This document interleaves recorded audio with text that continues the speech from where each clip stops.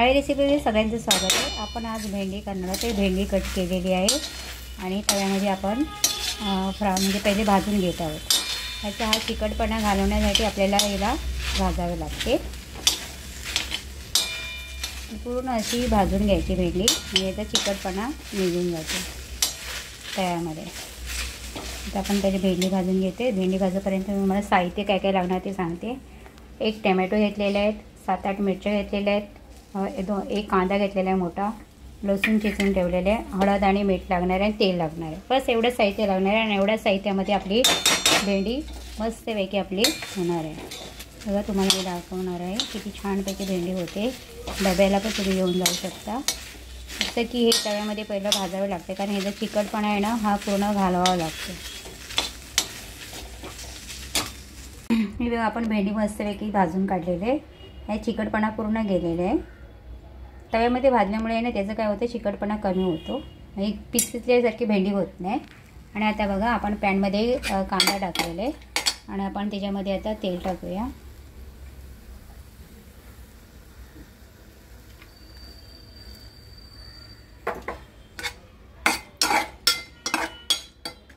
कांदा भाजून घेऊया।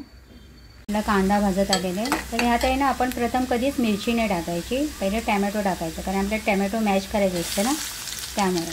कारण मिरची टाकली तर मग मिरचीला आपण जास्ती हे केलं तर मग जास्ती तिखट होते भाजी। मग कोणाला मिरची नको असेल तर ते आरामात नंतर टाकल्यानंतर काढू शकतो भाजीमधून।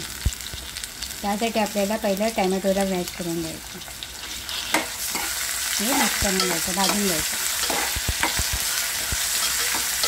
टोमॅटो जोपर्यंत नरम होत नाही तोपर्यंत मला पूर्ण भाजून घ्यायचं। टॅमॅटो पूर्ण मॅच होतं आहे, म्हणजे मिक्स होत आहे, म्हणजे पूर्ण त्याला मिक्स करून घ्यायचं। माझी भेंडीच्या रेसिपी 2-3 झालेले आहेत ह्या चॅनलवर, तुम्ही बघू शकता।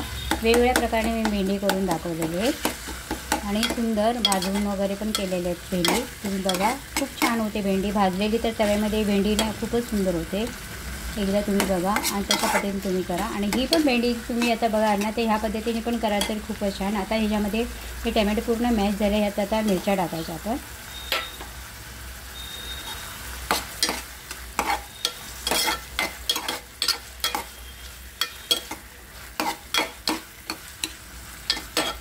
मिरच्या भाजू द्यायच्या, त्यामध्ये आता आपल्याला हळद टाकायची।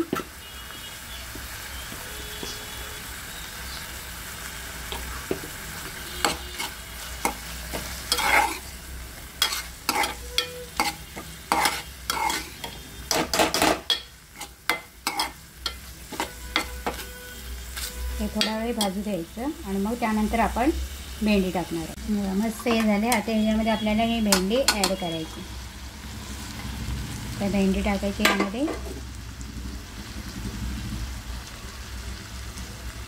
आणि आता आपण ही तव्यामध्ये भाजल्यामुळे नाही पटकन आपली भाजी होणार आहे।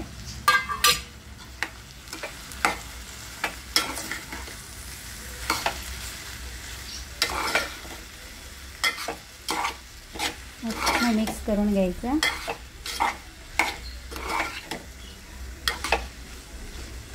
या भेंडीला हा मसाला आपला जो झाला होता रेडी तो लागला।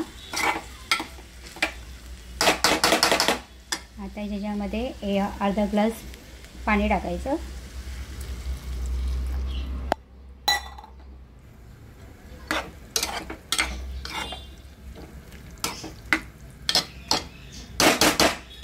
आता ह्याच्यामध्ये मीठ टाकायचं चवीनुसार आणि थोडं शिजू द्यायचं।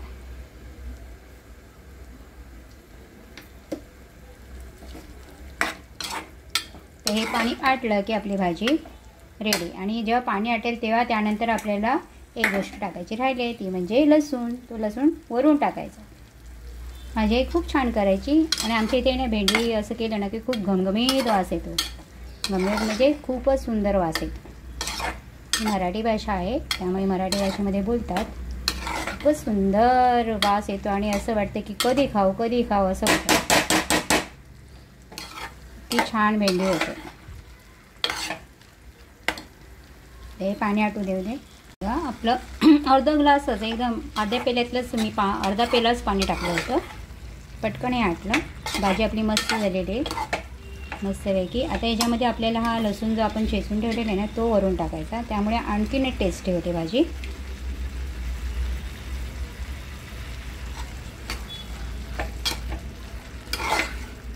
झटपट आणि मस्त चमचमीत तुम्हाला आवडेल अशी.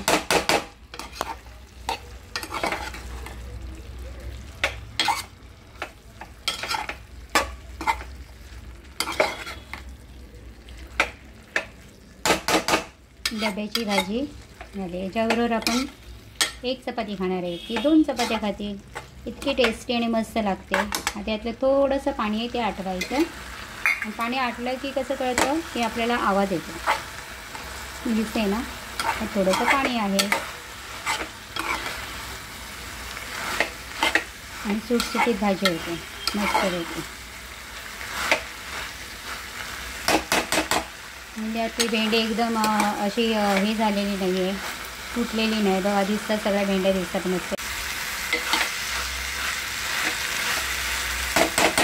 बघा मस्त एकी झाले ना.